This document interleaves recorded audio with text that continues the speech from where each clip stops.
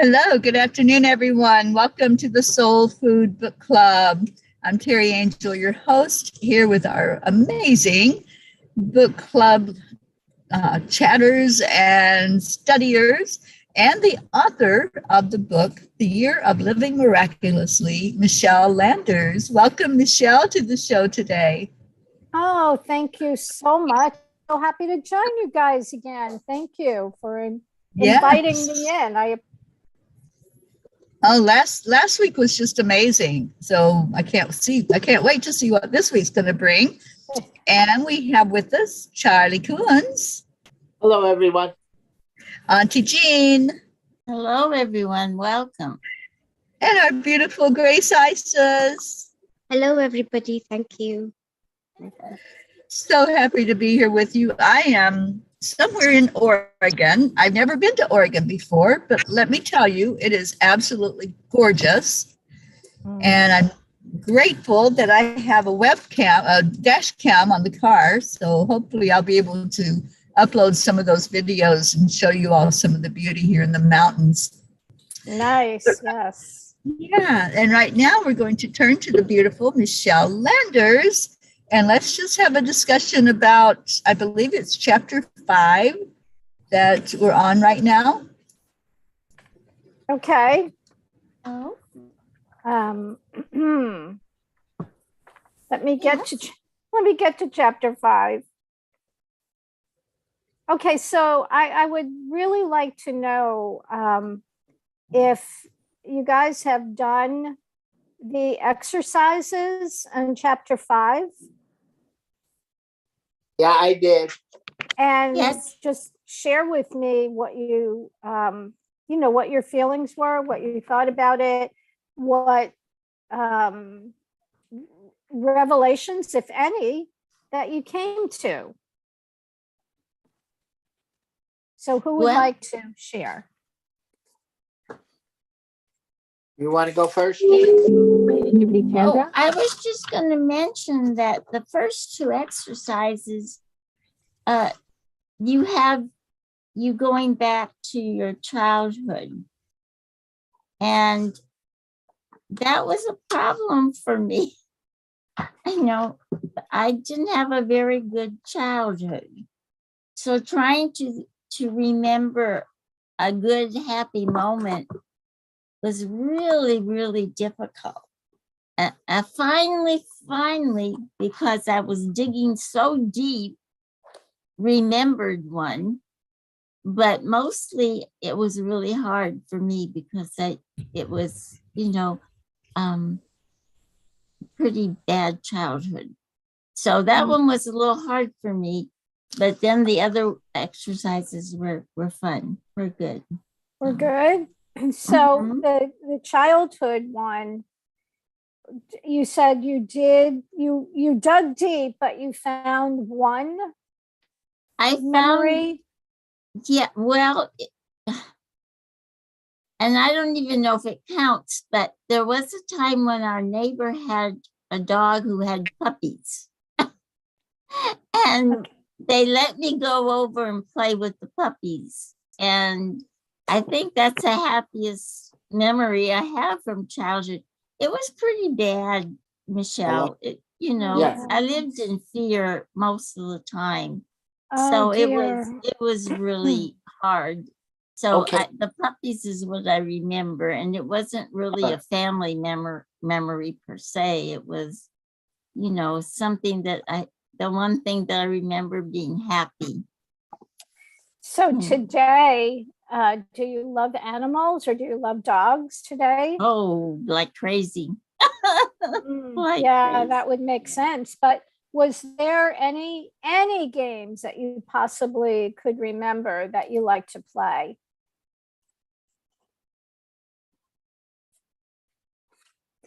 Well, I used to pretend things. I used to pretend like, this is going to sound crazy, but I was brought up in the Catholic Church.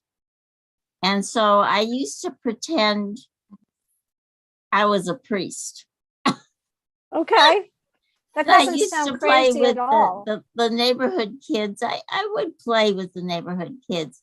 and I would do the mass, and I would give them communion, and I Wow. would flatten the little pieces of bread out to make hosts, and Wow. and so that, and then the other thing was we'd play house, we'd play bride and husband and wife, and some of them would be children. And we used to do that in the old days. Pretend like you were grown up and you were going to have children, and it was kind of like prep for getting married. I don't think they do that anymore, but we used to. So That's those were very. the two games I can remember playing. Were there any board games or anything like that you enjoyed Mm-mm. playing? Nothing, No. but it was pretend. It Mostly just was pretend. And, for me, most of my first 18 years, no, I won't say that long, 17 years, I lived in fantasy with the fairies and the angels and stories and books. And it was my escape because, everything else was so hard. It sounds so terribly sad. But I'm so happy now. So let me just clarify that that's all in the past. So Yes. And our past, though, can, if we allow it to, shape our future. So the interesting thing was the priest. I just would love to dig into that a little bit more. What was it about being a priest that appealed to you? What was the feeling you had when you were a priest pretending? Well,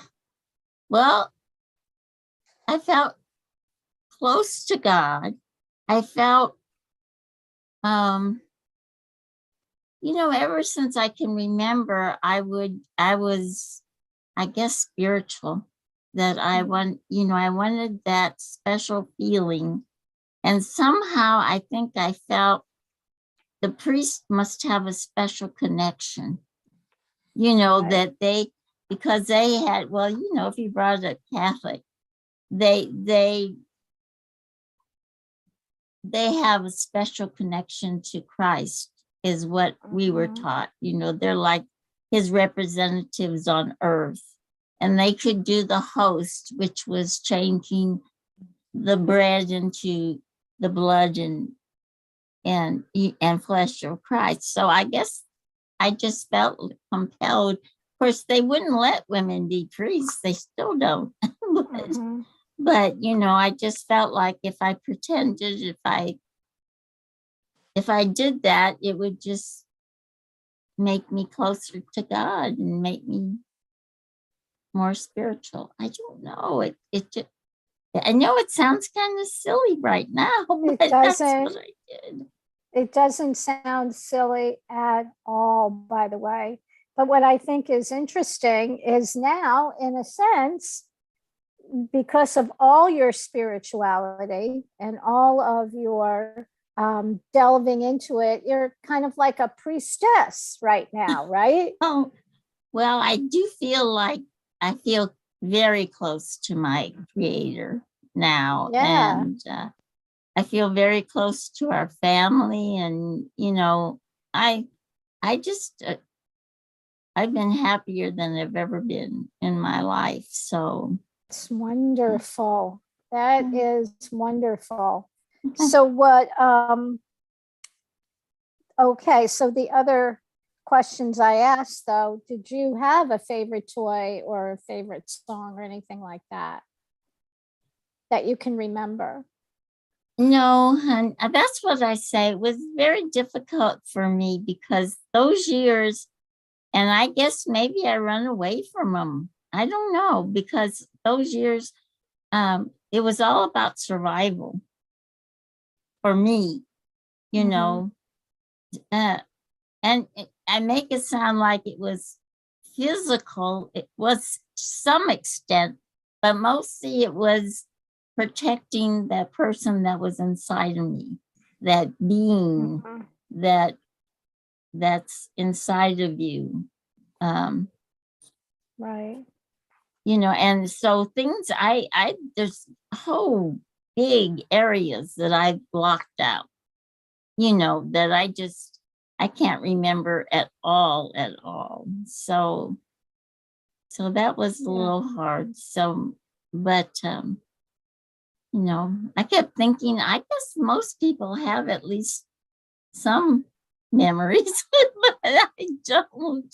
So, I understand that because it, you know, from if you know reading my book, you know that I grew up in a you know dysfunctional household as well, and so it's always challenging because you're just a kid and you don't really know how to process all of this information, and it kind of for me it gave me a very skewed perception when I went out into the world of what the world was like. So, but the good thing was for me, it was the catalyst.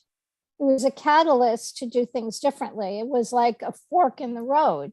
And I was either going to go this way down a really dark or bad path and be a victim for the rest of my life, or I was going to take those experiences and look at them a little more deeply and understand that it was things that were projected onto me.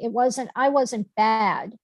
And I think unfortunately for some kids, that's as they grow up to be adults, they feel like there's something wrong with them.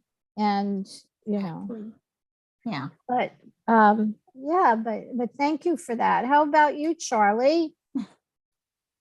I did all the, you know, the 1, 2, and 3 exercise, but exercise number 3 resonated. But I'll go through number 2 real quick. Okay. All right, my be yourself, play a little child. What did you enjoy most? I enjoyed most was when I went to the beach, but it wasn't the beach. It was like the bay.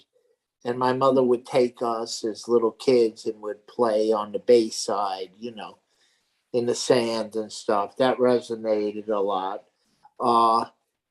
Childhood when a game, I always loved when I was growing up playing baseball with the kids or whatever. We always played baseball, and I really liked that. And in a movie, song, or book, the book, I only read one book in my life before I started this whole thing, and it was The Pearl by John Steinbeck. So Oh, wow. so that is the only book I read growing up, and you know, in school, Wow. in everything. So I don't know if that means something. And it was a play, and it was Hello Dolly with I forget who started it. I do know who starred in Hello Dolly. Carol Channing, right? Yeah, no, Isn't it? I think it was before her, you know, maybe Phyllis Diller or somebody really, whatever. I don't remember, but anyway. What did you? And when I wanted to be when I grow up, you know, I'm thinking back then, and I probably wanted to be a fireman or a policeman or something like that. You know, that's what little kids usually, you know. But the priest thing, like Auntie Jean was saying, when I grew up, I was an altar boy, and I went to parochial school. But then when we moved, I went to regular public school. But during Lent, you know, I actually, before every day, I'd go to mass before I went to school, and then go to school. You know, I went to real early mass, and then I'd walk to, you know, to school. So it was like something, you know, I guess I was really religious, you know, back then, you know. And who knows if I don't know, I might have even thought about being a priest, but that went out the window real quick, you know. once girls came around or whatever. But and who were my heroes? And it was probably the Mickey Mantle and the baseball players of that time. Mickey Mantle and Whitey Ford, and the Yankee. But my favorite one was Thurman Munson, and he died in an airplane crash. Mhm. Yeah, so that was tragic. Yeah, but the exercise, the family, the friends, and the wheel that you have. Right. I don't know The if wheel. anybody that's watching can see it that doesn't have the book, Yes. and it has all the different things. There's 1, 2, 3, 4, 5, 6, 7, 8, 10 Take off different my things. I think background. there are. Yeah, the 10 different things, and that really resonated with me. And you figure out which ones were mean the most to you, or Oh, wow. how you how to number them, and the different things, and but the friends and the family, Yeah, I see Auntie Jane. She colored hers beautifully. yeah, I just colored the little line in the middle. I didn't do it in the book. I did it on paper, and Yeah, I hated doing it in my book too, but yeah. I was too lazy to copy it. I didn't know how to copy it without a copy machine, so Yeah. Yeah. Well, Yeah. I want to get back to that in a second, but Grace, do you have the book, or you're just, happily joining the group to hear what we are discussing? I'm happily joining the group to support you all and to hear what we're discussing. I haven't got the book yet, That's but I'm very happy to be sweet. here. Thank you. Thank Thank you. So, happy you're here. as far as the exercise number 3, especially the wheel. So, tell me, Auntie Jean, when you did the wheel, did it reveal anything to you that you were surprised? Did you have any revelations, or did you do it and say, yeah, that's not a surprise to me?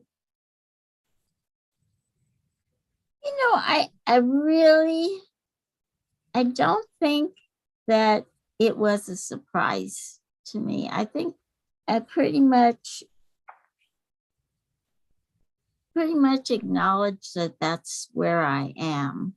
I think the only one thing that surprised me is I went pretty high. I don't know if you can see, I went pretty high on the spirituality.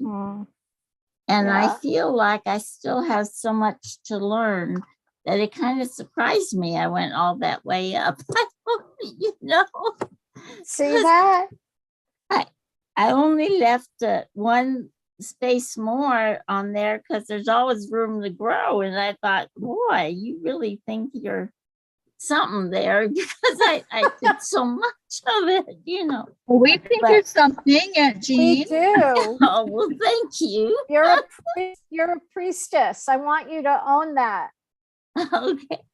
You're Anyway, a high so priestess. that was about the only really surprise.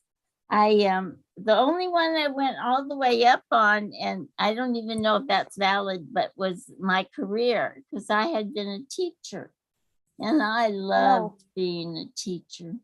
I mean, I just loved it. I felt like my whole life, even my childhood, was preparation so I could help the children that I taught. Well, guess what? The priest isn't the priest very similar to a teacher and teaches the little children? I mean, he teaches, adults, but, he teaches little children. So that's one of the reasons I suggest some of these exercises in the book because there are clues to what is meaningful to us, and many times to what you wind up doing in your career. And if you're dissatisfied in your life, this is one of the find out what it is that you really love to do as a child. You know, there are kids who say, oh, well, I wanted to be an astronaut, and that wasn't realistic. Well, before I dig into whether or not it was realistic,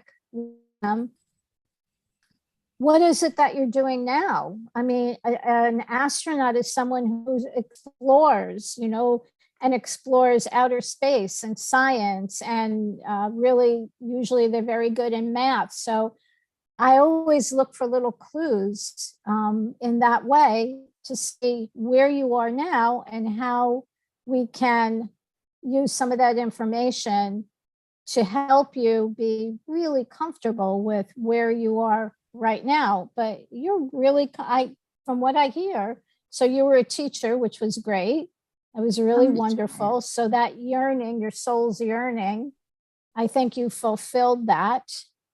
And the priest is someone who teaches and deals in matters of the spirit, which that's exactly what you're doing. So do you see how the dots kind of connect at times? I do. And I think that also having found, well, I guess Terry, the family and everything, and putting things into perspective for me, into understanding lessons, why you have these experiences, why you have these lessons. Seriously, I'm the happiest I've ever been in my whole life. And that's saying a lot considering how old I am. You know? That's fabulous to hear. You know, so. That is really, really, really fabulous to hear. Age, whatever that age is, and they become bitter or dissatisfied, you know, with life. And when you talk to them, it's because they feel either victimized, they feel, you know, their life didn't turn out the way they wanted it to. But I am completely convinced it doesn't matter how old you are, you can somehow incorporate or find the things that bring you joy in some way, shape, or form, if you just do a little digging and just trust. And you have to let go of the past, right? That's important. That's a big one. That's a big one. Yes, it is. And one of my clients had said to me, you know, she came and she was really stuck in life, and she told me all of the horrible things that happened to her. And probably at some point I could even tell you, because she wrote a book about her experiences. And I said to her, I really believe it'd be great if we could have selective amnesia, because if we could just not remember, because I said to her, who would you be if you didn't have those memories, if you didn't think about those things? And she said, how can I not think about them? And I said, well, you can, because in reality, they're over. Those experiences are gone. They're over. And the only thing that keeps them alive is our thinking about it. So I said to her, who would you be if you had amnesia about those? And it was difficult for her to wrap her mind around it. But the point I was making was pretty simple.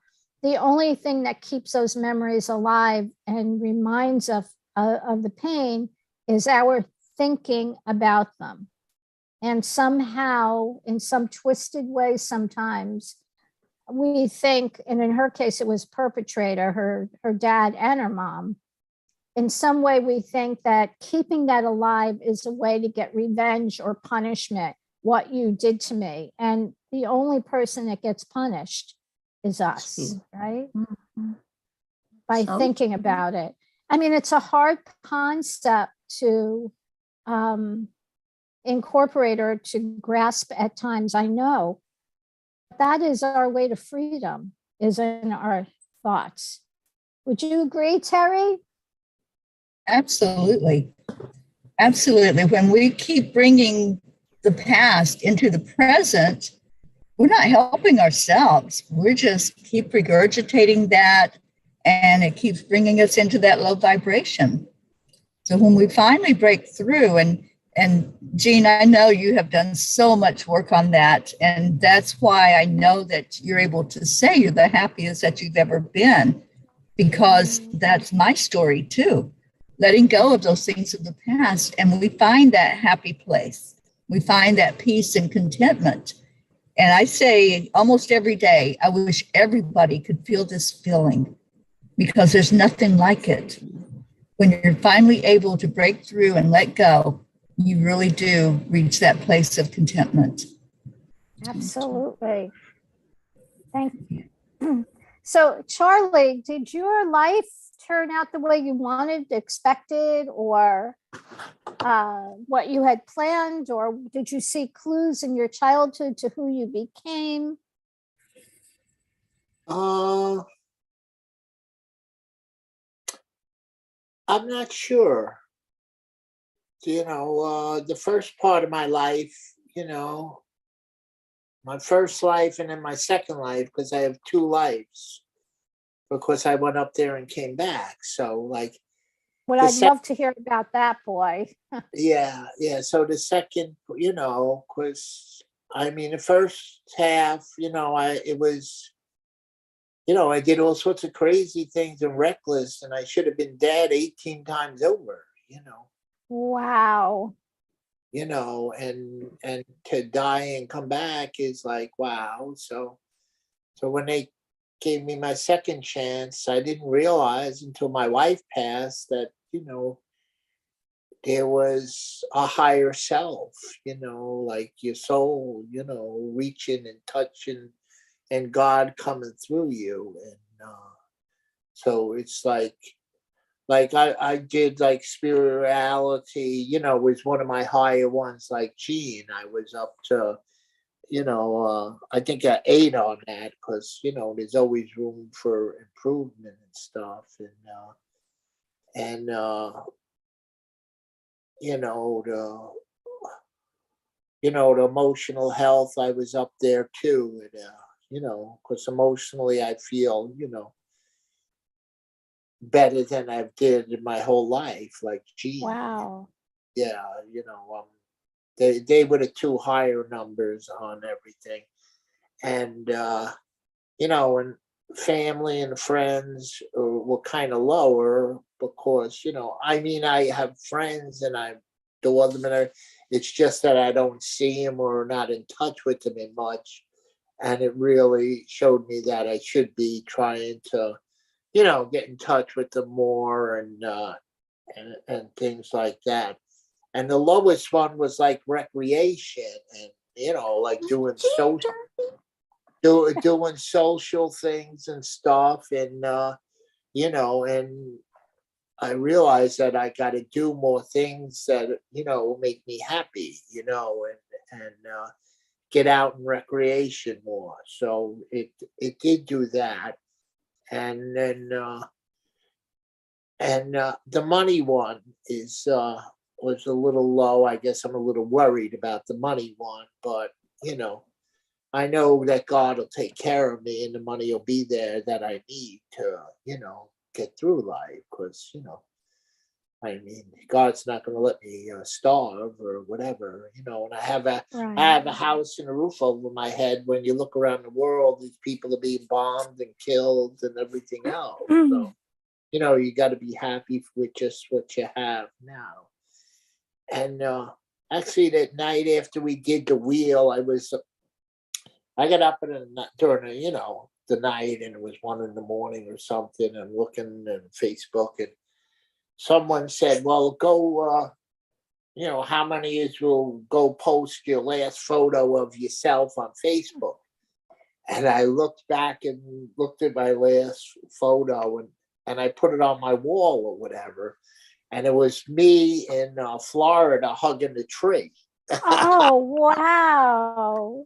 So it was me hugging a palm tree. So Are you a tree hugger? So I put that out there. That was the last picture. So I said, all right, I'm going to put it out there. And, and the person that did this, I said, she's actually has the same cancer as my wife has. So, and so it's, it's very upsetting. And so I said, I'm you know what, I got to sorry. pull. So I pulled the card for her, and I took a picture, and I gave her a message, And Oh, so she thanked me and everything. So yeah. But anyway, I say prayers for every night, and so. But yeah. the friends thing, and I just seen that, and I'm like, oh, I got to reach out to her, and I did, and I said if she needs anything to call me and stuff like that. So That's very, very sweet and generous. And we need one another. This is why we're here on this planet together, because we need one another. And COVID, I think one of the reasons everyone's chart would be low on, the recreation or something like that that's kind of situational, because for the past almost, what has it been, 2.5 years now, Mhm. right? Yeah. Drastically changed our experiences in our close relationships, and really, but I think if we look at it from a different perspective, it was a wake-up call for a lot of different reasons. But it also gave us an opportunity to examine what's really important in our life. So, but Charlie, I heard you say you picked a card. Do you read cards? Yeah. Nice. Yeah. I've been doing that for like 6 months to a year or something. Yeah. It's, I have this, it just comes through me, and actually they pick it, it's like, and then the message is always what's meant to be said, Oh, wow. yeah, yeah. But the colors, I didn't know you were supposed to do a color for each one. Well, you could. You don't have to, but you could. No, but then you said, in a review to look at the colors and see what they meant. So it's ironic that the colors almost match with what they said.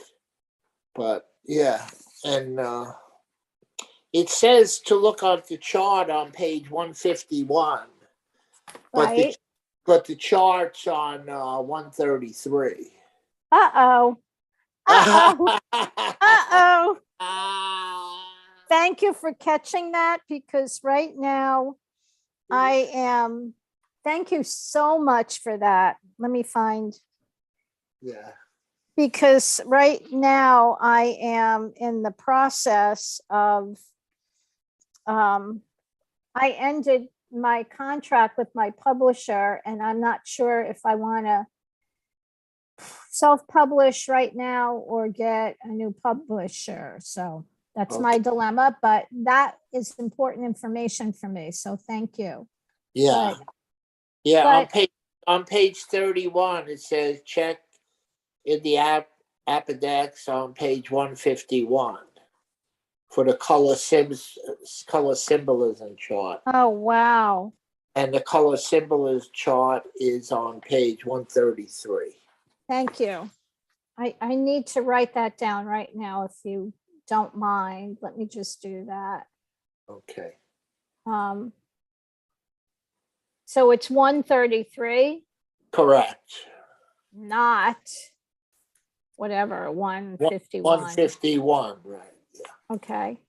Yeah. So Grace, do you have anything you'd like to share or ask or anything? No, I'm just listening, and it's I was listening to some of the questions. I don't have the book yet, but I was gathering from the conversations that some of the questions were about what you enjoyed most or your memories when you were a child. Mm-hmm. And I think, as you said, it's very dependent on location and and where one is. And I was raised in Kenya, so my childhood was very different. And some of Sure. my most memorable moments were, we lived in the suburbs in the city, and this was just after independence. So the best moments were when we would go into the countryside to visit my grandparents. And Oh, we lived um, stone buildings, and ours was actually designed by an architect. But when you went to the countryside, it was the more indigenous housing, mhm. which was a mud hut. So Uh-huh. I got the best of those both worlds. And I remember we were actually it was a punishment, but it actually didn't end up being a punishment, because we were on the phone for a very long time and my mom couldn't get through. So we were kind of exiled to our grandparents. So the nights were very dark, and you actually Oh, you actually went to bed when the sun went down, and the nights were long. And wow. so that was very amazing to me, and I reflect back on those memories, and I've always carried them, especially when I came to America, that there are places in the world where you can get a lot of sleep and even be tired of sleep and wake up early in the morning. So that was a wonderful childhood of mine. And as a matter of fact, it was amazing because my grandmother could tell when somebody was walking around in the dark. She would be, No. who goes by there? And then I got to realize and understand and appreciate and inhale the moonlight. Oh, That to me was amazing. And when there was the full moon, you could go out and it would be as though there were lights all over. There was a glow, and you could actually see somebody walking by. So those were some of the moments, and perhaps that's where I found out that I was sort of led to more traveling in the spiritual, and so that has been one of my tugs, push and pull, mhm. where at the age of 6, again in the countryside, my grandfather came to get me out of the garden or the farm, where I was. He found me hiding behind a banana tree. Again, there was a full moon. And so I feel that has been my traveling mode. And so now when I look at that, I find that I'm traveling more in the spiritual realm and unable to make that leap in the 3D, in this reality, to learn my lessons, or to meander amongst the human, within the human experiences. So In Kenya, the skies at night were probably beautiful. yes, a lot of stars, A and lot of stars, right? yes, a lot of stars, and you still can find that. But as with all developing parts in the world, now there's a lot of light, but you can still see the stars. When I was there for the whole year, I did look up.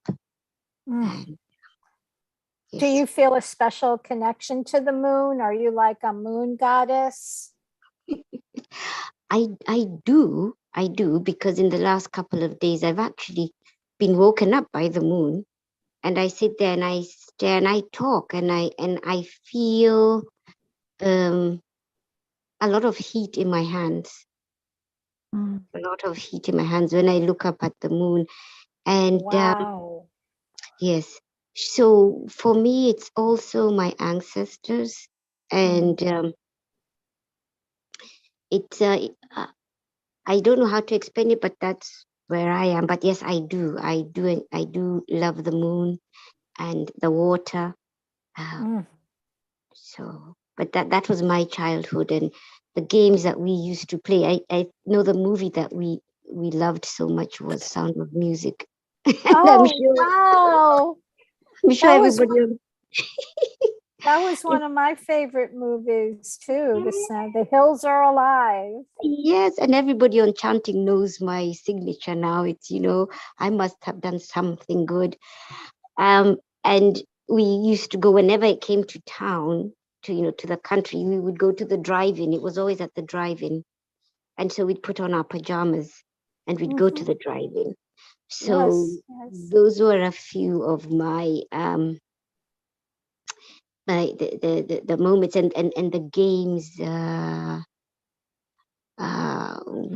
Actually, Western guns and what's it?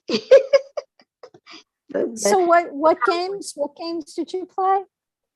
Well, I was in the suburbs, so sometimes we'd play, cowboys and Indians. Forgive me. But we also did play some of the more traditional ones when we went to our relatives, but mostly it was with tools. We had a tire, the rim of a tire, and you put a stick and you used it as your little, you'd sort of like run with it, you'd hit it. Yeah. But there are more. I haven't really dug into it, but I'm sure as we're going along and in the on the book club, I'll be able to contribute a little more. But thank you for asking. Yeah, it sounds like you had a happy childhood. Yes, yes, I did. Oh, that's a blessing. I love your name, Grace. Do you feel like you're graced? Yes, and as a matter of fact, my traditional name is Wanja, which is spelled Wanja. And a lot of my tribe, the Wa means of, and then the other words are some of your characteristics or where you're headed, your path in life. So my sister's name is Wairimo, and Wa means of, Rimo means giants. So she is of the giants. My other sister's name, my other sister's name is Wangui. Wa is of, Goi is the yodelers, the singers. Mine is Wanja, which is Wa of, Ja means outside. So I am out into the world. I'm not within, or even if I'm in the community, or in the family, I'm outside. I'm the one who goes out into the world. You're the pioneer? I think so. Are you the pioneer? Are you the adventurer? It's the adventurers, but most of all, it's for the world. You're giving. You're for the world, to the world, in the world. Wow. And I think that's why I'm here in the West, and sort of just not really tethered anywhere like Terry. I don't own a house or anywhere, but I'm not of this world, but I'm in this world. Oh, wow. And not only in one part of the hemisphere or the world, but hopefully all over. Thank Where, you. well, Grace, is the reason we can't see you is because you're omnipresent, you're all over. So Thank you. is that why we can't see you? Thank you, Michelle. That's put it very wonderfully. It makes me happy. It's the phone. I use this phone, and everything of mine, my technology is not very, very appropriate. And so I'm trying to That's, just gather and get more updated. so where do you live now, if you don't mind telling me? Or Mhm. I'm in Charlie's backyard in New York. really? Oh, you Yeah. live in New York. Oh, wow. So yeah, so I think it's always so interesting to go back to our childhood and our teen years as well. But the first 7 years are the most formative, without a doubt. And that's where we begin to gather our understanding about the world and how we perceive it by what we were taught, what we heard, conversations around the dinner table, conversations within families, friends, teachers. It all influenced us. And the good messages, the empowering ones, those are the ones we want to keep, right? We want to keep those. And there are some messages and some beliefs that were handed down to us that don't serve us. Here's a really good example. It was, and you guys might have heard this before, but so a woman was making a roast with her mother, and her mother cut off the end of the roast, and she said, "Mom, why are you cutting off the end of the roast?" And she kind of looked back a little bit, brought her head back a little bit and said, "Well, that's the way my mother did it. You know, she always did that. She always cut off the end of the roast." And she said, "Oh," so the next time they saw the mother's mother, grandma, they said, "Grandma, why did you always, cut the roast off at the end?" And she said, "I don't know. It's because that's the way my mother did it." And luckily, great grandma was still alive. So they asked great grandma, "Why did you always cut off the end of the roast?" And said, "Because it didn't fit in the pan. So I used the end for something else." So, but that's how ingrained beliefs and habits. So that's a really innocuous one that doesn't really change your life. But how about the other ones, the other habits that were handed down to us that we just do without knowing habitually, So I love to spend time on that. And I see that we're running out of time, but so Terry, please, I did so much talking here and I'm so sorry, but Terry, what do you have to add, please? I've just been loving this conversation and everybody's responses. I am traveling, so I haven't really had time to do the exercises and delve into it. But I loved listening to everybody, and I could resonate with every one of you. It was so beautiful just hearing everything and knowing that I've watched some of the growth over the past 2 years. I have seen some of you really expand, and all of you that are on here, I've seen the expansion. And we have Kathy Hand watching from work. She just started reading the book yesterday. Oh, Kathy. Yeah. And she said, "It looks like Charlie's on the ball." Yeah. Yeah. Charlie and Jean, they're both right there delving into the book and the exercises. And hopefully I'm going to be able to do that as well when I get settled. I've had a lot of travel over the last few days. So you're traveling right now. I'm just I've gone from Central California down to LA, and then from LA I'm headed to Portland. I've still got a few hours left to get up to where I need to go. So it's just been living in my car these last few days. And Wow. can't wait to get out of the car for at least a day or so. And that'll happen tonight. So I won't be sleeping in my car tonight. So that's a good thing. Oh, dear Lord.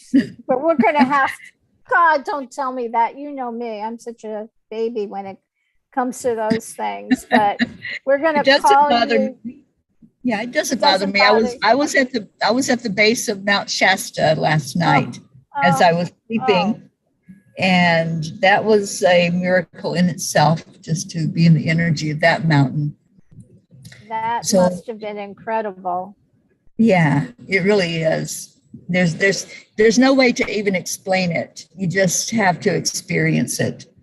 You just have to feel that energy for yourself to really know what I'm talking about. It's that powerful.